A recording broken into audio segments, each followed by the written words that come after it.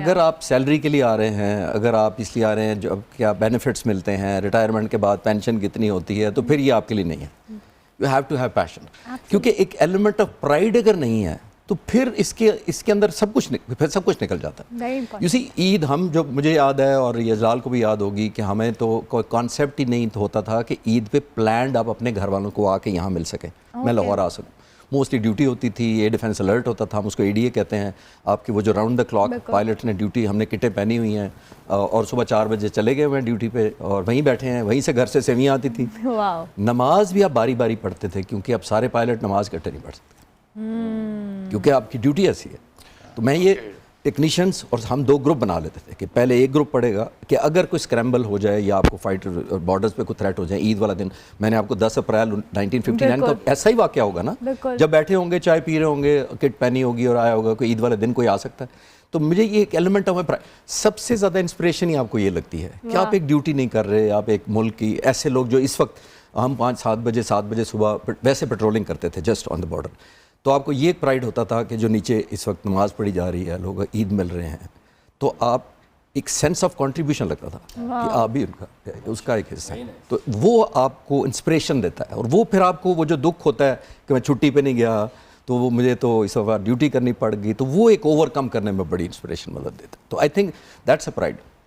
لیکن جو D current میں ایک اور جگہ بھی ضرور ایڈ کروں. ضرور. دیکھیے ہم 23 مارچ سے بہت زیادہ ڈی کرنٹ ہیں, 14 اگست سے بہت ڈی کرنٹ ہے. قائد اعظم سے کتنے ڈی کرنٹ ہے, جو قائد صاحب نے بڑا اچھا کہا کہ ان کی صرف تقریریں رہ گئیں.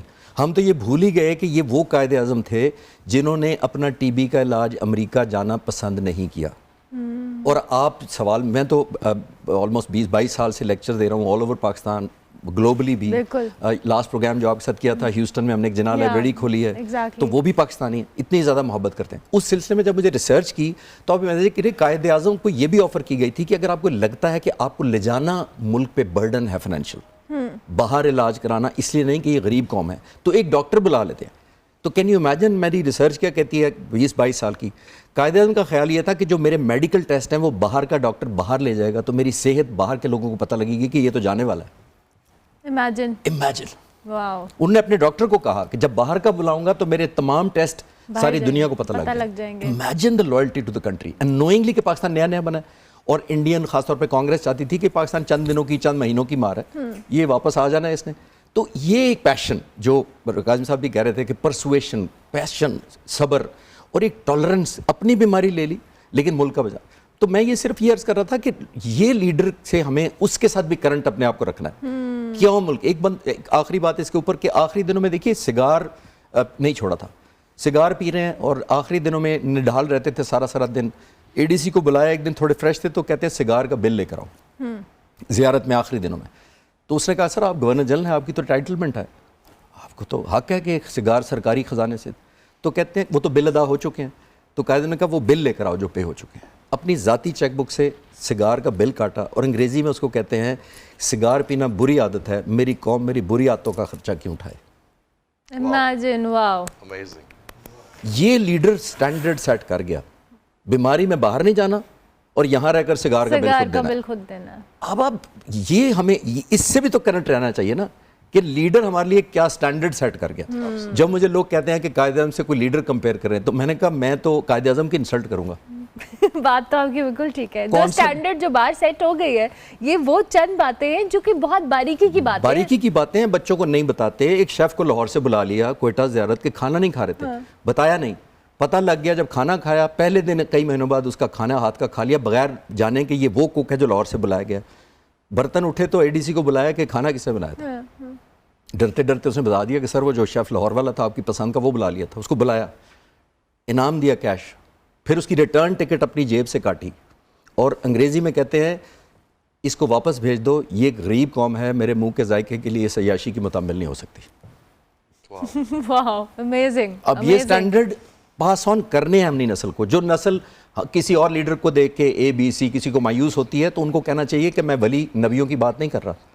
میں ایک 78-80 سال پہلے ہم میں سے ایک شخص تھا, بیرسٹر تھا, سوٹڈ بوٹڈ تھا, انگریزی اردو سے اچھی بولتا تھا, ہم جیسا کھاتا نہیں تھا, ہم جیسا پیتا نہیں تھا, ہم جیسی بات نہیں کرتا تھا, پھر بھی لوگ کہتے تھے جو کہتا ہے ٹھیک کہتا ہے. یہ بھی ہمیں کرنسی کرنی ہے سب لیڈروں کو آج کل.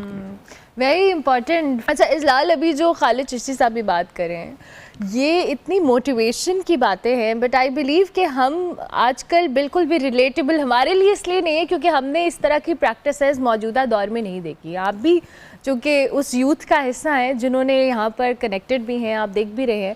سو tell us about your motivation, what keeps you motivated کہ آپ ان ساری چیزوں کو دیکھیں اور اپنے آپ کو آپ ریلیٹ کر پائیں. لیکن انفارچونیٹلی وہی بات ہے کہ ہم ریلیٹ نہیں کر پاتے اس طریقے سے. دیکھیں فار می 23 مارچ کا جو ایک پیشن ہے وہ شاید اس وجہ سے آتا ہے کہ I belong from a forces back ground and ایک فورسز کی فیملی سے میں ہوں، کیونکہ ہم نے یہ چیز دیکھی ہے کہ کس طرح ہماری آرم فورسز، ہماری ایئر فورس، ہمارے پائلٹس، ہمارے فوجی جو ہیں وہ سرو کرتے ہیں in the name and in the honour of the country. اور یہ چیز شاید ایک فورسز کا بچہ جو ہے وہ سب سے بہتر ایکسپلین کر سکتا ہے، کیونکہ وہ فرسٹ ہینڈ دیکھتا ہے کہ یہ سیکریفائزز کیا ہوتے ہیں. جس طرح انہوں نے ابھی کہا پاپا نے کہ عید پہ it's quite common for pilots to be on ADA یا الرٹ ڈیوٹیز. قائد اعظم جو ہے، جس بندے کو پرائم منسٹرشپ آفر ہو رہی ہو سارے انڈیا کی، فرسٹ پرائم منسٹرشپ، اور وہ کہے کہ جی مجھے تو نہیں چاہیے یہ، اگر کیونکہ کچھ لوگ کہتے ہیں نا کہ بھئی وہ maybe he was after glory. I'll be very honest with you.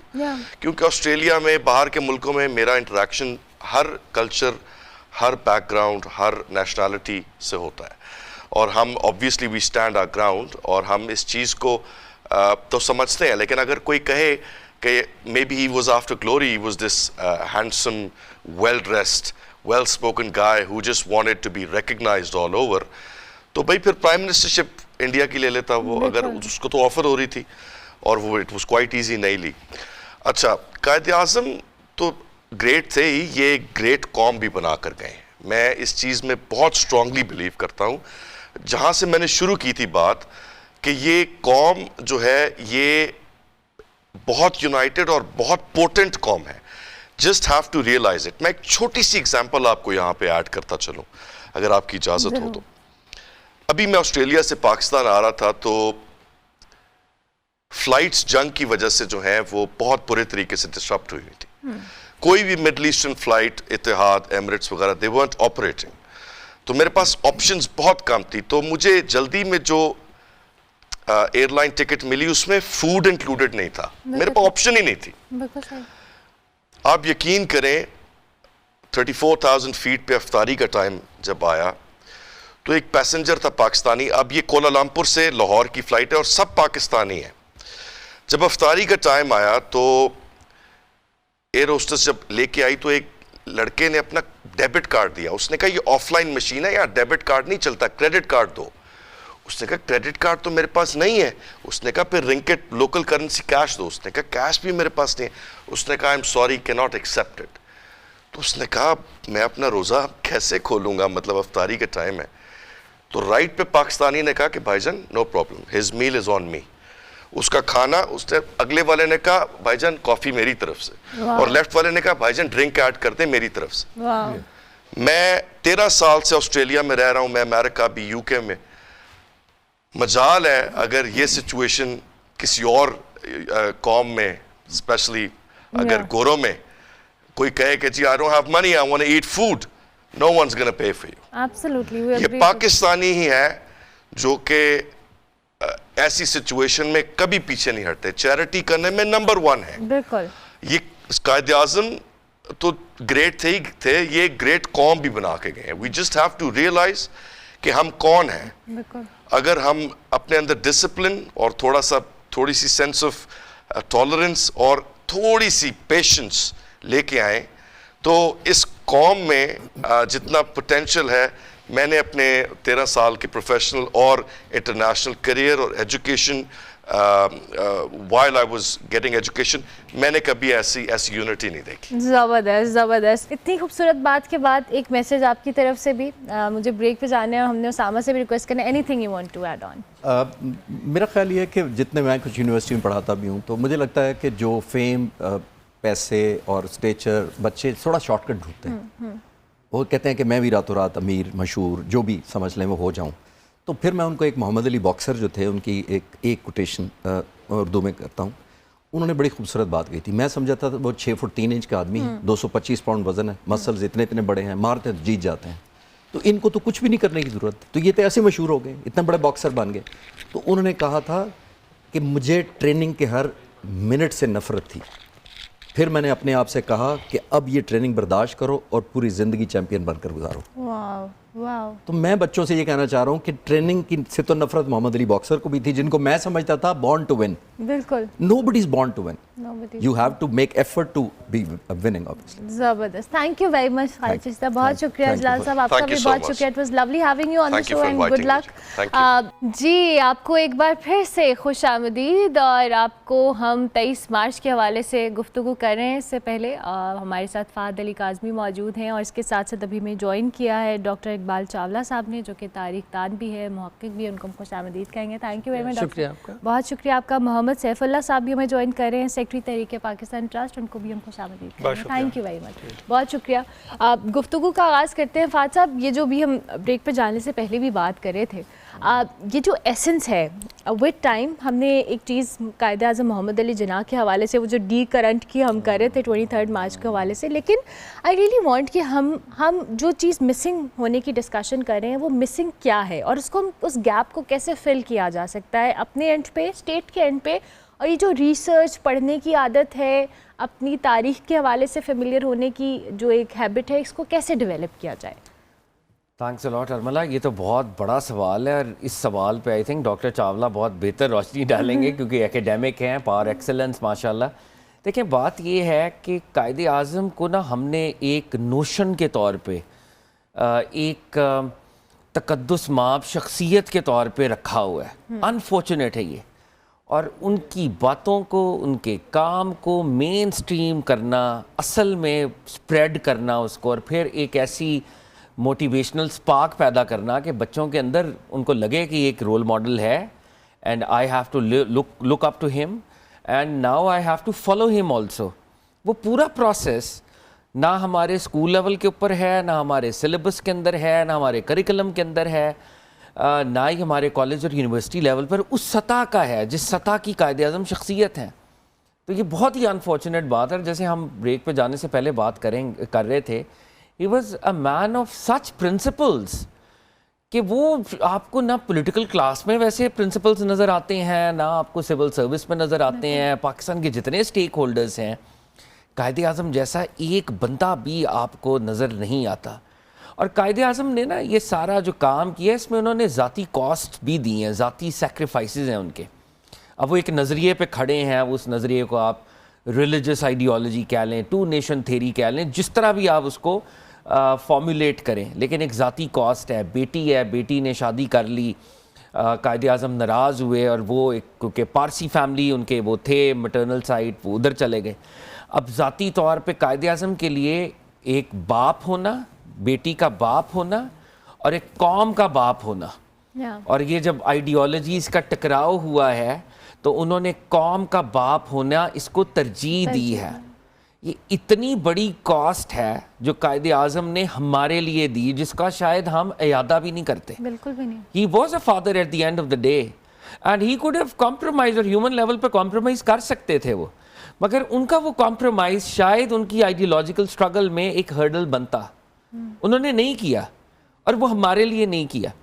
اور ہم یہاں پہ ہمارے, میں تو سب دوستوں سے ادب بھی کرتا ہوں, ان سے پیار بھی کرتا ہوں, لیکن جو ہمارے سیکولر دوست ہیں ایٹ ٹائمز وہ 2 نیشن تھیری پر جب اٹیک کرتے ہیں, تو آج مودی کے آنے سے قائد اعظم کی 2 نیشن تھیری تو پروو ہو رہی ہے. یعنی آج کا جو ہندوتوا پر مبنی انڈیا ہے, ہندوستان ہے, وہ تو قائد اعظم کو ویلیڈیٹ کر رہا ہے. بالکل. آج 2026 میں قائد اعظم جیت گئے ہیں. قائد اعظم نے جو 1940 کے پریزیڈینشل ایڈریس میں کہا تھا کہ ایک ایسی فریڈم جس میں آپ پرپیچولی مسلمانوں کو مائنورٹی میں چھوڑ کر ان کے اوپر ایک ہندو میجورٹی تھوپ کے جائیں گے, it's not gonna work. He has won. تو میرا خیال ہے کہ یہ ساری چیزیں, یہ سارے اینگلز قائد اعظم کے بتانے کی ضرورت ہے ایز اے رول ماڈل. ان کو دیکھیں, ہمارے جو نوجوان ہیں وہ رول ماڈل سے انسپائر ہوتے ہیں نا. وہ آپ کی رول ماڈل سیلیبریٹیز ہوتے ہیں یا وہ کارٹون کے کوئی کیریکٹرز ہوتے ہیں, واٹ ایور. آج کی جو جین زی ہے اس کے بھی اپنے رول ماڈلز ہیں, جو بچے سکولز میں ہیں ان کے اپنے رول ماڈلز ہیں. لیکن here is a man who is like us, he dresses like us, he speaks in a contemporary idiom, and at the end of the day, look what he did. واو. یہ بچوں کو ہم نے بتانا ہے, اور بچے میرا خیال ہے جس طرح قائد اعظم کے ساتھ آئیڈینٹیفائی کر سکتے ہیں, علامہ اقبال کے ساتھ آئیڈینٹیفائی کر سکتے ہیں for that matter. I think we are missing out on a lot by not letting them get close to these guys. You so right. اور ڈاکٹر صاحب یہ جو بھی فہد علی کاظمی بات کر رہے ہیں, میں چاہوں گی اسی بات کو آپ آگے بڑھاتے ہوئے کہ اب ہم نے کتابی شخصیت کے طور پہ نہیں, ایک رول ماڈل کے طور کے اوپر, اور ہم جہاں پہ اتنی اسٹرگلز اور ہمیشہ یہ نریٹ ہوتے ہوئے ہم نے نریٹ کرتے ہوئے اپنے پیرنٹس کو, اپنے آباء و اجداد کو, جنہوں نے اس پارٹیشن میں بڑا کچھ لوز کیا ہے, آپ سنا ہے, لیکن وہ جو ایکسپیرینسز ہیں ہمارے سامنے مختلف کہانیوں قصوں کی شکل میں موجود ہیں, کیسے اس کو as a source of inspiration ہم استعمال کر سکتے ہیں؟ کاظمی صاحب نے تو بہت ہی سحر انگیز انداز سے کرزمیٹک پرسنالٹی کو ڈیفائن کر دیا ہے. میں دیکھیے جو بھی فادر آف دا نیشنز دنیا بھر میں, چاہے جارج واشنگٹن ہے, چاہے مہاتما گاندھی ہیں, یا اتا ترک ہیں, یہ ان کو ہم انڈرسٹینڈ کر سکتے ہیں, ہم ان کو ڈسکرائب بھی کر سکتے ہیں. ان جیسے لوگ دوبارہ پیدا نہیں ہو سکتے ہیں. بالکل. قائد اعظم محمد علی جناح پاکستان میں دوبارہ کوئی نہیں آئے گا. اس کی وجہ یہ ہے کہ اللہ تعالیٰ کے یہ سلیکٹیو لوگ ہیں, بالکل, جنہیں اللہ تعالیٰ نے ایک ٹائم اور سپیس میں پیدا کیا اور ان سے کام لیا.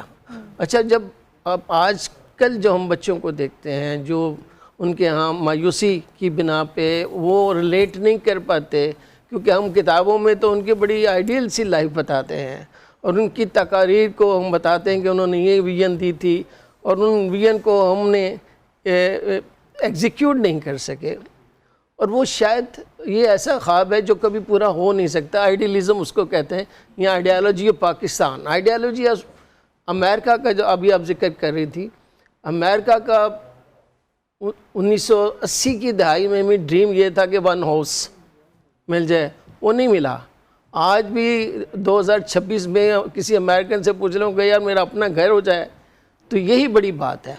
پاکستان میں بھی ہم نے 1947 میں جب پاکستان ملا, قائد اعظم کو جو پاکستان لینا چاہتے تھے وہ قرارداد لاہور 23 مارچ کے مطابق لینا چاہتے تھے. اس کے تحت نارتھ ایسٹ اور نارتھ ویسٹ میں ہم ایک پاکستان, ایسا پاکستان چاہتے تھے جہاں پر مسلم میجورٹی ملک ہوگا, جس میں مائنورٹیز, ریلیجس مائنورٹیز بھی ہوں گے, خواتین کو بھی حقوق ملیں گے, سب کو برابری کے حصول میں. اور ہم پیرالل ایک سٹیٹ بنانا چاہتے تھے جو انڈین نیشنل کانگریس سیکولرزم کا کانسیپٹ دے رہی تھی. قائد اعظم پروگریسو اسلام کا کانسیپٹ دے رہے تھے. اب پروگریسو اسلام کا جو کنسیپٹ تھا, اس کے تحت نہ کسی صوبے سے کوئی زیادتی ہوگی, نہ کسی مذہب, جیسے 11 اگست کی تقریر میں انہوں نے کہہ دیا کہ آپ کا کچھ بھی مذہب ہو, کچھ بھی زبان ہو, کچھ بھی ہو, آپ پاکستان میں آپ کو برابری کے حقوق ملیں گے, فنڈامنٹل رائٹس ملیں گے. اچھا, اب قائد اعظم نے یہ پاکستان تو بنا دیا, لیکن بنایا کیسے؟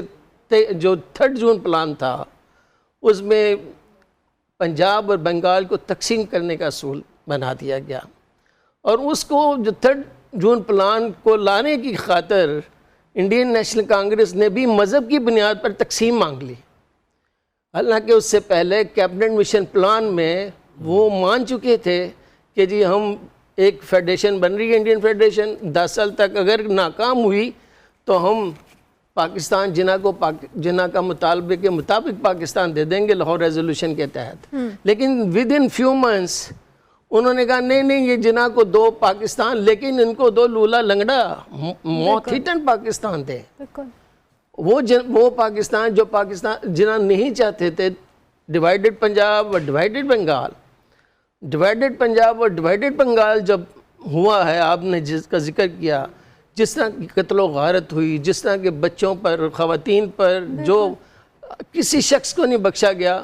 ادھر سے ٹرینیں آئیں, پہلے لٹی پھٹی, پھر ادھر سے گئیں, ادھر سے پہلے آئے ہیں. لیکن یہ ڈبیٹ ایکڈیمک ڈبیٹ ہے, بہت سارے لوگوں نے لکھا ہے, مگر بات یہ کہ قائد اعظم نے تو یہ 16 اگست کا کہا تھا, ایک دن کا پروٹیسٹ کا کہا تھا, ایجیٹیشن کا نہیں کہا تھا. بالکل صحیح. اس پروٹیسٹ میں جو انہوں نے بدلہ لیا بہار میں, پھر نواکلی میں, وہ پھر پھیلتے پھیلتے وہ ہندوستان میں, پورے ہندوستان میں جنگ چھڑ گئی اور فرقہ وارانہ جنگ لے گئی.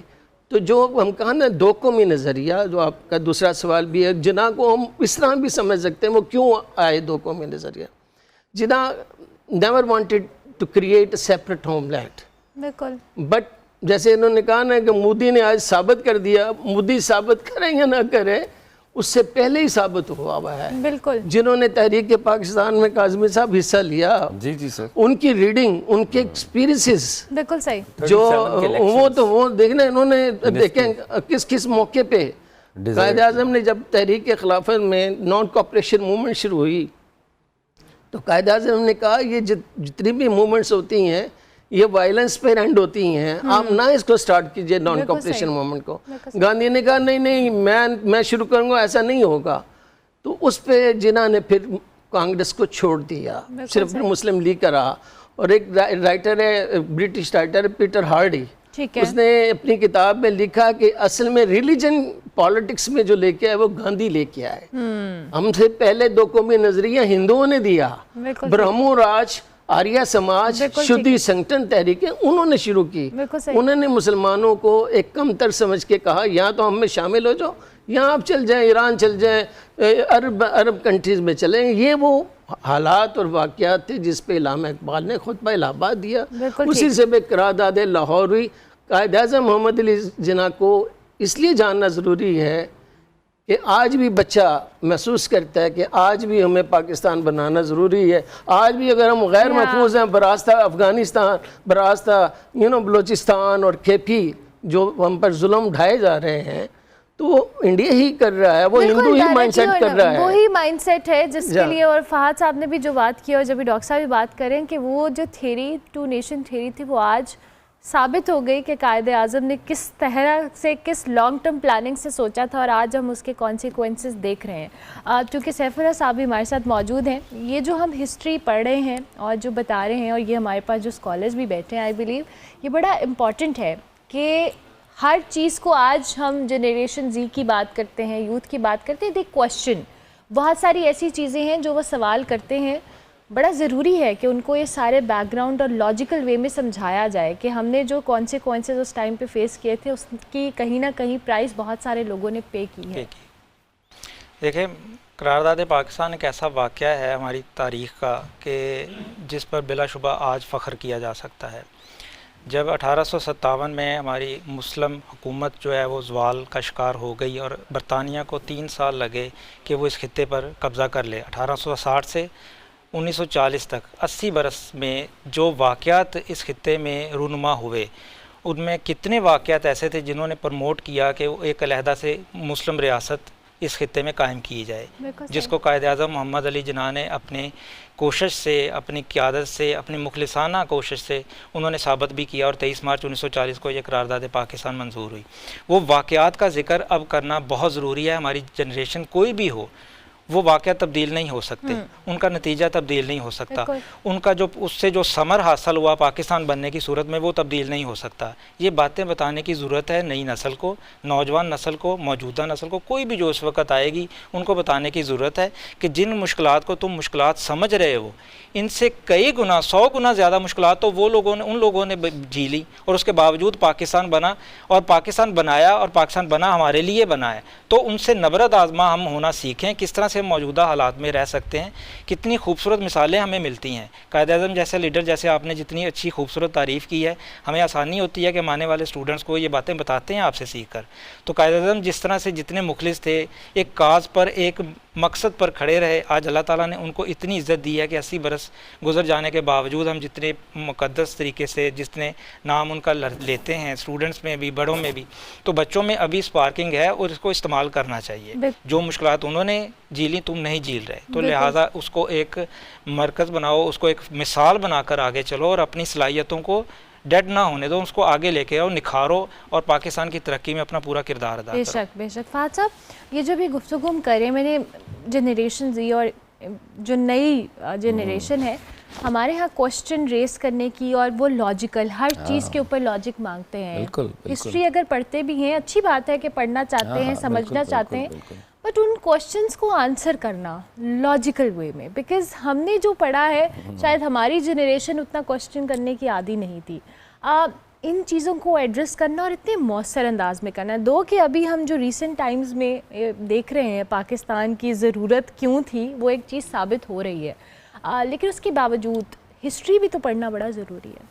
بہت ضروری ہے, اور ہم نے اصل میں نا ہسٹری کے ساتھ زیادتی بھی بہت کی ہے بطور قوم, اور ایسی ایک ایکیڈیمک ٹریڈیشن ہم نے پیدا نہیں کی جہاں پہ ہم ہسٹری کو اپنے بائسز سے اوپر اٹھ کے پڑھنے کی عادت ڈالیں اور وہاں سے ٹرو لیسنز ہم ڈرا کریں.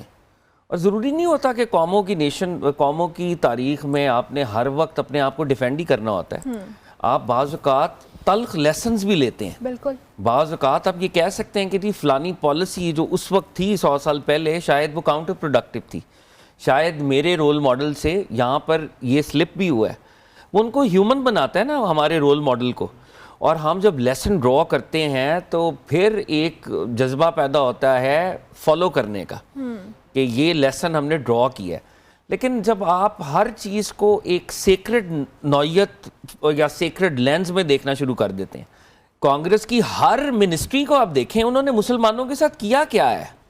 یہ تو جسونت سنگھ کی کتاب آپ پڑھیں, انڈیا پارٹیشن انڈیپینڈنس, اور انڈیا پہ بین لگ گیا تھا اس کتاب کے اوپر, جو فریڈم آف ایکسپریشن کے چیمپئنز ہیں. اس نے کہا کہ بھائی یہ تو ڈویژن کا جو سارا معاملہ ہے یہ تو ہمارے کھاتے میں ہے. جناح تو اصل میں ہندو مسلم یونٹی کا ایڈوکیٹ تھا, وہ تو اصل میں ایمبیسڈر تھا. تو قائد اعظم اگر اس ایمبیسڈرشپ کو چھوڑ کر پارٹیشن کی طرف آئے ہیں تو کیا ہوا ہے ہم سے؟ وہ پوری چارج شیٹ ہے, وہ خود بتا رہے ہیں Jaswant Singh, India partition independence, it used to be a famous book. دو ڈیکڈ پہلے آئی تھی تقریباً, آئی تھنک 2008-9 میں آئی تھی غالباً. تو وہ ایک پورے انڈیا میں آگ لگ گئی تھی. تو میں اپنی بات کو جو تھوڑی لمبی ہو رہی ہے میں سم اپ کرتے ہوئے, جین زی کے سوالوں سے ڈرنا نہیں ہے. ہم اپنی آئیڈیالوجی کو ریشنلی پریزنٹ کر سکتے ہیں, ہمارا مقدمہ ریشنلی بھی طاقتور ہے, اور کلیرکس کو اور ہسٹورینز کو تھوڑا نا ٹالرنس پیدا کریں تلخ سوال کے سننے کی. بالکل, اور یہ بڑا امپورٹنٹ ہے. جاوید صاحب اسی بات کو آگے بڑھاتے ہوئے, آپ بھی چونکہ اس سارے شعبے سے وابستہ ہیں, and you have an idea کہ ہمارے لوگ بچوں میں اب وہ باغی پن ہے, لیکن اس کو ہمیں سٹل کرنا ہے کہیں نہ کہیں somehow ان کوشچنس کو لاجیکلی آنسر کر کے. میں وہی بار بار موجودہ دور کی اگزامپل اس لیے دیتی ہوں کیونکہ ہمارے پاس قائد اعظم محمد علی جناح ہو, علامہ اقبال ہوں, یا ہمارے کسی بھی طرح کے ایسے لوگ ہوں جنہوں نے اس آزادی کی تحریک میں بڑھ چڑھ کے حصہ لیا, ہمارے پاس وہ اگزامپلز اب نہیں ہیں, اور ہم نے وہ اگزامپل سیٹ ہوتے ہوئے ہمیں نظر بھی نہیں آ رہی. تو ہم نے انہی ایگزسٹنگ اگزامپلس کو کیسے اپنی جنریشن تک ٹرانسفر کرنا ہے؟ دیکھیے, ایک تو جس قاضبی صاحب بھی یونیورسٹی میں ہم پڑھاتے رہے ہیں, تو ہمارے پاس جو بچے ہیں وہ تھوڑے سے گرون اپ بچے ہوتے تھے. تو تھوڑا سا ان دنوں سوشل میڈیا بھی اس طرح کی انفارمیشن نہیں دے رہا تھا, یا مس انفارمیشن جو آج کل کے بچوں کو مل رہی ہے. پھر اس میں بہت ساری کمیشن بکس بھی آ رہی ہیں جو کہ جناح کے حوالے سے, خاص کر جناح صاحب کی ذات کو ٹارگٹ کر کے لکھی جاتی ہیں باتیں, یا پھر قیام پاکستان پہ انگلیاں اٹھائی جاتی ہیں, یا پھر پاکستان کے بعد کی تاریخ کو سامنے رکھتے ہوئے پاکستان کی کریشن کو چیلنج کیا جاتا ہے. اب ظاہر ہے جیسے میری فیملی ہجرت کر کے آئی ہے تو ہماری بھی یادداشتیں ہیں. ہماری فیملی میں بھی دو طرح کی اوپینین ہے, جو میرے دادا میں یا میرے دادا کے بھائی جو کراچی میں چلے گئے ان کی اور اوپینین ہے, وہ کانگریسی, ابھی بھی ان کے بچے کانگریسی مزاج کے لوگ ہیں. اب میرے جو دادا ادھر آئے, یا وہ کلکتہ میں نہیں تھے, جلندھر سے وہ ادھر آئے, تو ان کی اور یادیں ہیں. تو یادیں بھی تقسیم ہوئی ہیں, وہ میرے بھی اسی لیے تاریخ میں آ گیا. تو بات یہ کہ بچوں کے سوال کیا ہیں کہ جی یہ جو قائد اعظم کو, وہ جو ہندوستان میں مسلمان رہ گئے تو پھر دو قومی نظریہ تو غلط ہو گیا. اچھا, میں نے شروع میں عرض کیا کہ دو قومی نظریہ جو ہے وہ اگر سر سید احمد خان صاحب کی پارلیمنٹ میں اس وقت امپیریل لیجسلیچر ہوتی تھی, 1878 میں ممبر بنے. تو انہوں نے کہا کہ جی آپ جو الیکٹورل پروسیس لا رہے ہو, آپ ہندوستان کی گراؤنڈ ریالٹیز کو دیکھیے کہ انگلینڈ کو pure and simple you can not implement in here. آپ کو یہاں کی گراؤنڈ زمینی حقائق دیکھ کر, زمینی حقائق کیا ہیں, انہوں نے کہا ہندوستان میں بے شمار اقوام ہیں, ذاتیں ہیں, اور پھر یہ کہ ان کے انٹرسٹ گروپس ہیں, لہٰذا لیکن یہاں پر 2 بڑی قومیں ہیں. وہ 2 قومیں کون سی ہیں؟ مذہب کی بنیاد پر مسلمان اور ہندو. اور مسلمان وہ ہیں جن کو آپ نے دبا دیا, جن سے آپ نے حکومت چھینی, جن سے آپ نے اقتدار چھینا, جن سے آپ نے جاگیریں چھینی, جو کہ غریب ہو گئے ہیں. جس بنیادوں پر پارٹیشن آف انڈیا کی جا رہی ہے مذہب کی بنیاد پر, اسی کی بنیاد پر پنجاب اور بنگال تقسیم کیجیے. تو پھر 2 قومی نظریہ تو اسی دن آپ نے مان لیا تھا, تو آج کیا مانیں گے آپ؟ بالکل ٹھیک. ان دا اینڈ سیف اللہ صاحب, آپ بھی کچھ ایڈ کرنا چاہیں آج کے دن کی مناسبت سے؟ اور آج ہم وہی بات ہے کہ ہماری خوشی ڈبل بھی ہے, آج ہم عید بھی سیلیبریٹ کر رہے ہیں, 23 مارچ بھی سیلیبریٹ کر رہے ہیں, تو یہ وہ ساری چیزیں ہیں جو کہ ہمیں کہیں نہ کہیں اس ایسنس کا بھی یاد دلاتی ہیں. فہد صاحب کی بات بہت خوبصورت ہے کہ ہماری تاریخ اتنی کمزور نہیں ہے کہ اس کو ہر وقت ڈیفینڈ ہی کیا جائے, بالکل اس کو پریزنٹ بھی کرنا چاہیے. ڈاکٹر صاحب کی بات 2 قومی نظریہ کے حوالے سے بہت خوبصورت ہے کہ 2 قومی نظریہ کو آپ اب تک پریزنٹ کریں, ڈیفینڈ کرنے کی اب ضرورت نہیں ہے, اور وہ ثابت ہے, ابھی تک ثابت ہے. میں اتنا ایڈ کرنا چاہتا ہوں کہ دیکھیں 80 برس کی جو تھی 1860 سے 1940 تک کے جو واقعات ہیں وہ ان کو بتانا چاہیے.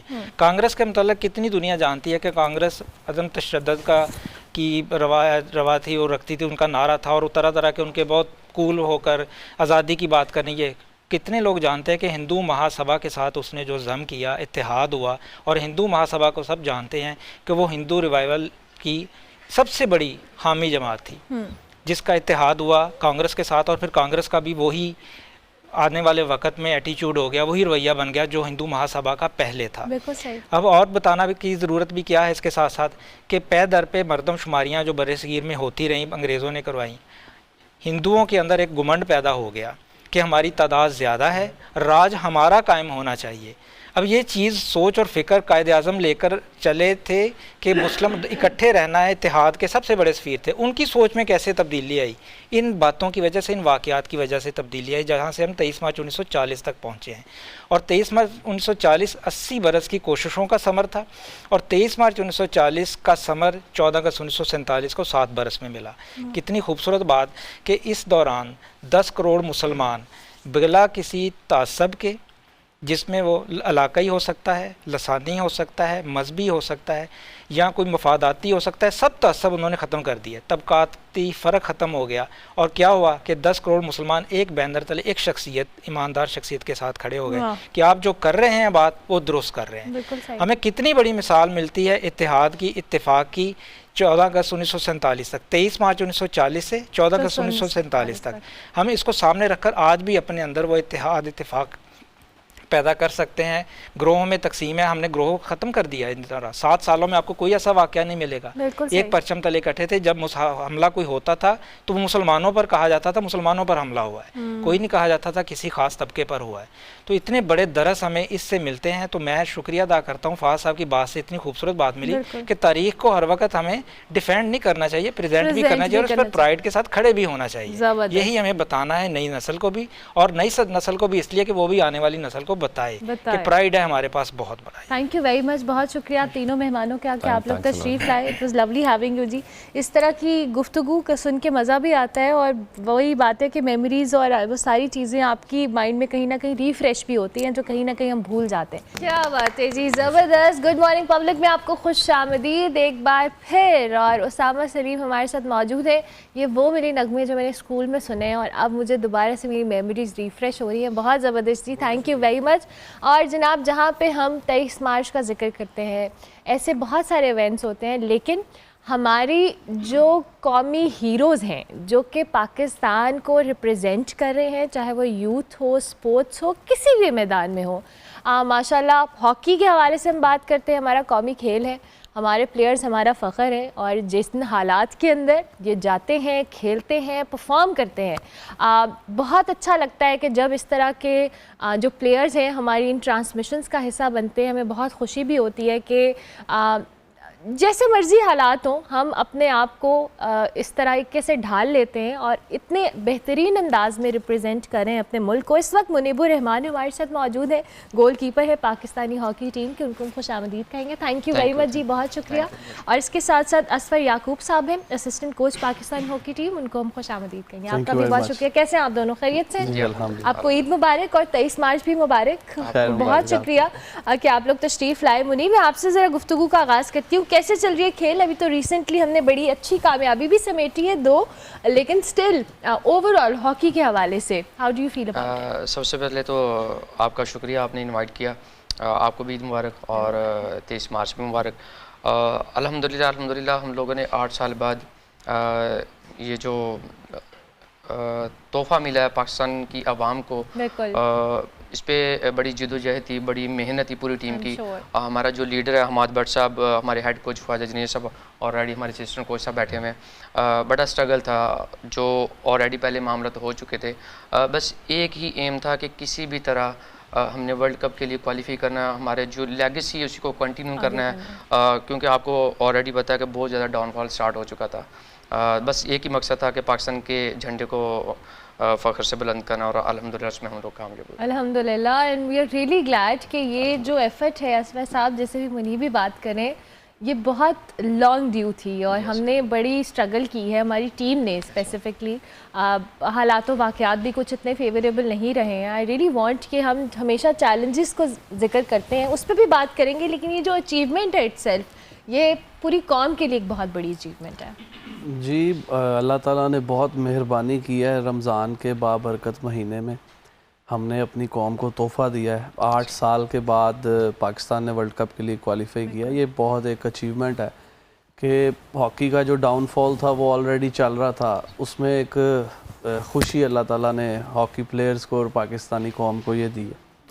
اور ہم امید کرتے ہیں کہ ہم لوگ ورلڈ کپ میں بھی اچھا پرفارم کریں, اور کیونکہ ابھی تک دنیا میں سب سے زیادہ ورلڈ کپ جو ہے وہ پاکستان ہاکی ٹیم کے پاس ہیں.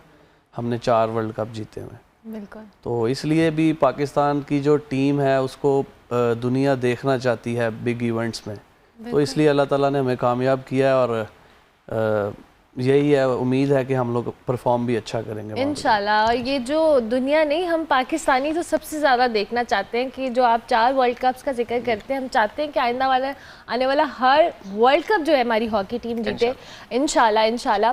منیب, یہ جو لیگیسی کا آپ نے ذکر کیا, ہاکی کے اندر ہماری بڑی ایک رچ لیگیسی ہے, ہمارے بڑا اچھا دور ہم نے ہاکی کا دیکھا ہے.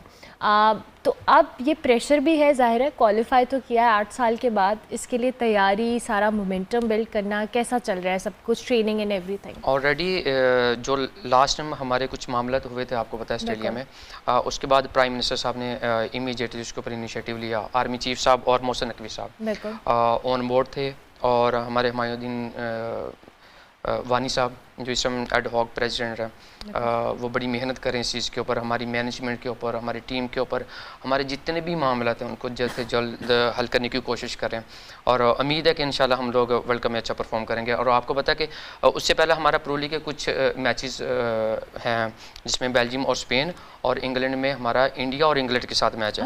جو مین ٹارگٹ ہمارا فوکس وہ انڈیا کے ساتھ ہے, اور انشاءاللہ پوری ہوپ ہے اور دعائیں پوری قوم کے ساتھ ہیں کہ انشاءاللہ ہم انڈیا سے جیتیں, اور ورلڈ کپ سے پہلے ایک اور تحفہ ہم پاکستان کی عوام کو دیں انشاءاللہ. اچھا اسفر صاحب, یہ جو ٹریننگ ہے, کوچنگ ہے, یہ بھی ایک بڑی امپورٹنٹ اس حوالے سے جاب ہے کہ سارا جو پریشر ہے وہ پلیئرز کے اوپر نہ جائے, کوچ بھی اس چیز کو ٹیکل کرتے ہیں. تو پریشر ہینڈلنگ بھی ایک بہت بڑی چیز ہے, کیونکہ جن سرکمسٹانسز کا انہوں نے بھی ذکر کیا اس میں ظاہر ہے کوچ کے اوپر بھی بڑا پریشر ہوتا ہے. جی, پریشر تو ہوتا ہے کہ جس حالات میں ہم لوگ گئے ہیں, جس حالات میں ہمیں ٹیم کا چارج دیا گیا ہے, تو بڑا پریشر تھا ہماری مینجمنٹ پہ کہ اگر خدا نہ خواستہ کوئی اونچ نیچ ہو جاتی تو سارا جو ہے وہ ہمارے اوپر آنا تھا. لیکن اللہ کا شکر ہے جو پلیئرز کی جو بہت ایفرٹ اور کنٹریبیوشن ہے, پلیئرز نے آؤٹ اسٹینڈنگ پرفارم کیا. کوچ بھی کھیلتا ہے 65% 70% کوچ نے پلان دینا ہوتا ہے, لیکن جو اندر سچویشن اور ایفرٹ ہے وہ پلیئرز کے ہاتھ میں ہوتی ہے. اور میں سمجھتا ہوں کہ پلیئرز نے اتنی ایفرٹ کی ہے کہ اللہ تعالیٰ نے اس کا پھل ہمیں دیا ہے. ہم 3-1 ڈاؤن تھے جاپان سے ان دی سیمی فائنل, تو لاسٹ 5 منٹس میں ہم لوگ جو ہے 4-3 ہم نے کیا اور ہم لوگ وہ میچ جیت کے ہم نے ورلڈ کپ کے لیے کوالیفائی کیا. تو یہ پلیئرز کی میں سمجھتا ہوں کہ ہمارے سے کوچنگ پینل سے زیادہ پلیئرز کی ایفرٹ ہوتی ہے. I'm sure. اور اچھا منیب، ظاہر ہے پلیئرز کو اپنی ڈائٹ، اپنی فٹنس سب پہ بڑا کام کرنا ہوتا ہے، لیکن میں آپ سے یہ سوال کرنا چاہتی ہوں کہ ظاہر ہے ہر ایک کے کریئر میں کوئی ایسی مومنٹ ہوتی ہے جب آپ نے اتنا عرصہ ہاکی کھیلا ہو جس پہ آپ کے لیے گوز بمز والی وہ سٹیج ہوتی ہے کہ آپ نے یہ مومنٹ مینیفیسٹ کی ہو اپنی اس ہاکی کے کریئر میں. کوئی ایسا مومنٹ گزرا ہے یا آپ مینیفیسٹ کرتے ہیں کہ میں یہ مومنٹ ایکسپیرینس کرنا چاہتا ہوں؟ 2 مومنٹ تھے ایسے. ایک آلریڈی آپ کے شو میں پہلے میں آ چکا ہوں. بالکل. نیشن کپ میں فرانس کے اگینسٹ سیمی فائنل میں پلنٹی شوٹ آؤٹ روکنا، وہ میرے لیے کیا کہتے ہیں گوز بم مومنٹ تھا، کیونکہ پرو لیگ کے لیے کوالیفائی کرنا اور دنیا کے پرائم ٹورنامنٹ میں وہ اس کا شمار ہوتا ہے. اور لاسٹ ٹائم جو بھی اسفر بھائی نے بتایا کہ 3-1 ہم ڈاؤن جا رہے تھے، لٹرلی ہم لوگوں نے اس میچ میں اللہ کا معجزہ ہوتے ہوئے دیکھا، اللہ کی مدد آتے ہوئے شامل دیکھی، کیونکہ رمضان کا پاک مقدس مہینہ تھا. ماشاء اللہ سارے لڑکے نماز پڑھتے ہیں اور باجماعت، اور لوگوں کی جو ہاکی کمیونٹی سے لوگ جتنے بھی پیار کرتے ہیں ان سب کی دعائیں تھیں. اور الحمدللہ اللہ نے عزت دی سرخر کی. یہ 2 جو مومنٹ ایسے تھے زندگی بدل دینے والے، اور الحمدللہ ہم دونوں میں ہی کامیاب ہو گئے. زبردست. تو اب تیاری اور کیا ایکسپیکٹیشنز ہیں؟ اور آپ چونکہ کوچ بھی ہیں تو ظاہر ٹیم میں ہر پلیئر کی اپنی امپورٹنس ہے، لیکن 1 پلیئر 2 پلیئر ایسے ہوتے ہیں جن کو ہم سٹار آف دا ٹیم کہتے ہیں کہ جی ان سے ہماری ایکسپیکٹیشنز بڑی زیادہ ہیں کہ پرفارم کریں گے. جی 18 کے 18 پلیئر ہی سٹار ہیں ایک کوچ کے لیے، کہ کوچ نے ایک نظر سے ساری ٹیم کو جو ہے وہ دیکھنا ہوتا ہے، اور جو پلان کوچ دیتا ہے وہ ساری ٹیم کو دیتا ہے. تو ٹھیک ہے، پاکستان میں بہت سپر سٹارز بھی ہیں ابھی ہمارے پاس، جیسے عماد بٹ ہے، حنان شاہد ہے، رانا وحید ہے، زکریا حیات ہے، بہت ماشاءاللہ. منیب بیٹھا ہوا آپ کے سامنے، یہ ماشاءاللہ جو پرانے ہمارے لیجنڈز ہیں یہ ان کو بھلا دینے والے سٹارز ہیں. اللہ تعالیٰ نے اتنی ایبیلٹیز جو ہیں وہ ان پلیئرز میں دی ہوئی ہے. بس یہ ہے کہ ہاکی اتنی فیمس نہیں ہے. آج اگر ہاکی کو مطلب کہ مین سٹریم میڈیا جو ہے وہ جاننے لگ جائے پلیئرز کو تو ہماری ہاکی اوپر چلی جائے. گلیمر ملنا شروع ہو جائے. کیونکہ ہاکی کا جو ڈاؤن فال ہے وہ سب سے پہلے یہ ہے کہ اسکول کالجز جو ہیں وہ ایک گھر میں بنے ہوئے ہیں. ٹھیک ہے، اس وجہ سے جو ہاکی کا کھیل ہے وہ ڈاؤن فال کی طرف گیا. پہلے اسکولز کی ٹیمز ہوتی تھی، یونیورسٹی کالجز کی ٹیم ہوتی تھی. اس کے بعد ایک تحفہ ہمارے ایکس پرائم منسٹر صاحب گزرے ہیں جو سپورٹس مین تھے، انہوں نے ایک تحفہ دیا تھا ڈپارٹمنٹ بند کر کے. ڈپارٹمنٹ آف سپورٹس جب انہوں نے بند کیا تو 28,000 کے قریب ملازمین جو تھے سپورٹس مین وہ بے روزگار ہوئے تھے. جو یہ مین میں سمجھتا ہوں کہ یہ ڈاؤن فال تھا پاکستان کی سپورٹس کا. تو اب وزیر اعظم صاحب نے اور محسن نقوی صاحب نے اعلان تو کیا ہے ہاکی پلیئرز کے لیے کہ وہ جن کے پاس جابز نہیں ہیں وہ ان کو CDA میں وہ جاب دیں گے. اور ویسے بھی شہباز شریف صاحب گاہے بگاہے انعامات کا اعلان کرتے رہتے ہیں ہاکی پلیئرز کے لیے. تو یہ بڑا اچھا ایک انیشیٹو ہے. میں سمجھتا ہوں کہ جو پرائیویٹ سیکٹرز ہیں اور میڈیا چینلز ہیں ان کو بھی آنا چاہیے. یہ جو ہاکی کا گیم ہے یہ ہم نے خود سے نہیں بنایا نیشنل گیم. یہ 1948 میں قائد اعظم محمد علی جناح صاحب نے جب نیشنل گیمز کا افتتاح کیا تھا تو تب انہوں نے یہ ڈکلیئر کیا تھا کہ ہاکی ہمارا نیشنل گیم ہے. تو اس لیے اس گیم کو میں اس لیے بھی چاہوں گا کہ لوگ سپورٹ کریں کہ یہ بابا قوم نے ہمیں یہ تحفہ دیا تھا کہ یہ نیشنل گیم ہے. تو میں امید کرتا ہوں کہ جیسے پرائیویٹ سیکٹرز آ رہے ہیں، بہت سے لوگ آ رہے ہیں، تو باقی سب کو بھی آنا چاہیے. منیب آپ کچھ کہنا چاہیں اس حوالے سے؟ بس آپ کی سپورٹ چاہیے. میڈیا پرسن کی آلریڈی اسفر بھی بات کر چکے ہیں. جتنے بھی سپانسر ہیں وہ آئیں. اور مریم نواز صاحبہ سے اسپیشلی ریکویسٹ ہے.